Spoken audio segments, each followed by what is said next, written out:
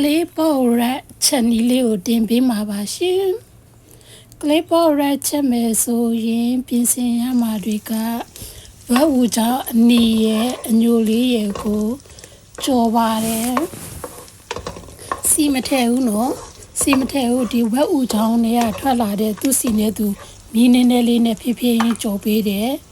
ဘာလို့လဲဆိုရင်မတူးတော့ခဏကြော်ပေးတယ်ပြီးရင်ဝက်ဥချောင်းကြော်ပြီးပြန်ဆယ်လိုက်ရင်ငချောက်ကဒီငချောက်ကနည်းနည်းငယ်နေအဲ့ငချောက်ကိုရေးစိတ်နဲ့ပြီးရင်တေးလေးတွေတုံးပြီးတော့ခုနဝဲဥချောင်းကျန်တဲ့စီလေးနဲ့ပြန်ကြော်တယ်ပေါ့နော်ကလစ်ပေါ်ရက်ချက်ရင်ဒီ Advanced South Africa ရန်အရေးကြီးတယ်အဲ့ဒါငါလေးကြော်ပြီးပြီဆိုရင်ချက်သားနဲ့မိုးလေးနဲ့ထည့်တယ်ဒီချက်သားကိုကျတော့ Sesame ဝိုင်ရဲ့ One Star Sauce ရဲ့စားလေးနည်းနည်းရထည့်ပြီးတော့နေပြီးတော့နိုင်ဝက်လောက်နှက်ထားတဲ့ချက်သားလေးပါမိုးကကျတော့မိုး6ကိုတုံးလာတယ်ဒီကမိုး6ကိုအတုံးသေးလေးတွေလောက်ပြီးတော့မိုး6ကိုလည်းနှစ်ချက်ခင်ရေးရင်းစိမ့်နေသူ့အချက်ကြီးချက်ဆရာမလို့ဒီလားခဏလေးအသားလေးချစ်နေအောင်လုံးပေးပြီးလို့ရှိရင်အများခေါ်နေတဲ့ဂျာညိုခေါ်ဒါဆိုရဆိုလေးထည့်ပေးတယ်ခဏပဲသူအသားလေးချစ်အောင်နေတယ်ဂျာချက်ဆရာမလို့ဒါလေးက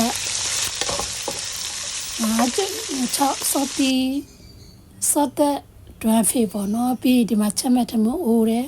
ကိုစံထည့်တယ်ရေထည့်တယ်ပြီးရင်ခုနကြော်ထားတဲ့ချက်ထားတဲ့မိုးနဲ့ချက်သားနဲ့ထည့်တယ်ပြီးရေ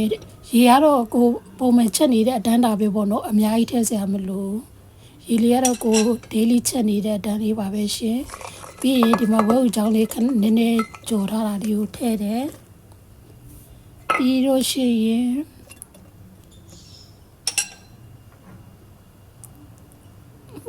ငါလေးပေါ့နော်ဒီငချောက်လေးကြော်ထားတာဒီငချောက်လေးကအများကြီးထည့်စရာမလိုသေးလားအများကြီးထည့်ရင်လည်းထမင်းရဲ့အရာသာအနံ့ကပြက်သွားတယ်သူကနည်းနည်းလေးပဲထည့်နည်းနည်းလေးကြတော့သူရဲ့ clay pot ရဲ့အရာသာနဲ့အနံ့ကိုလုံးဝဆွဲဆောင်စေတယ်ပြီးရင်ဒီမှာကျမတို့ထမင်းဟိုးတွေကြတော့သူကအကုန်ပါတယ်ကွာဘာချက်မလဲဆိုပြီးတော့တချို့ဘာမှမပိုင်လဲပုံမှန်ထမင်းချက်တဲ့အချိန်တန်းတာလေးပဲချက်ပေးရပါတယ်ဒီအိုးမှာကျတော့ clay pot ချက်တာပါတဲ့အတွက်သူခလုတ်တီကိုနှိပ်ပေးလိုက်ရုံလေးပဲတကယ်တော့ရိုးထင်းနဲ့ချက်မယ်ဆိုရင်လည်းတည်မလားအိမ်မှာအိုးခမ်းလေးချက်ရေခမ်းလေးချက်လိုက်ပေါ့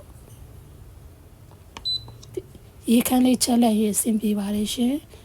ဒီမှာထမိုးချက်ပြီးဆိုရင်ကိုရီးယားအညိုရောင်လိုချင်တဲ့အတွက်ဒီမှာဓာတ်ဆိုရဆိုလေးကြာညိုလေးကိုထမင်းဟိုးထဲထည့်တယ်ကျမကခုနပန်းဟိုးနဲ့တည်ပြီးတော့ပြီးရင်စပွဲပေါ်အိုးလက်ကြီးချမယ်ဆိုတော့အိုးပြန်လဲပေးလိုက်တယ်ပေါ့နော်လေးပေါ်အိုးတွေကိုပြန်လဲပေးလိုက်တယ်အိုးမရှိတဲ့လူတွေဆိုလည်းအဆင်ပြေတယ်ကျမကဒီအိုးလိုက်ပြီးထမင်းစားပွဲမှာချပေးပါဆိုတော့အိုးလေးပြန်ချိန်လိုက်တယ်clay pot ကြိုက်ပါပြီရှင်သိချင်တာလေးရှိရင်မေးလို့ရပါတယ်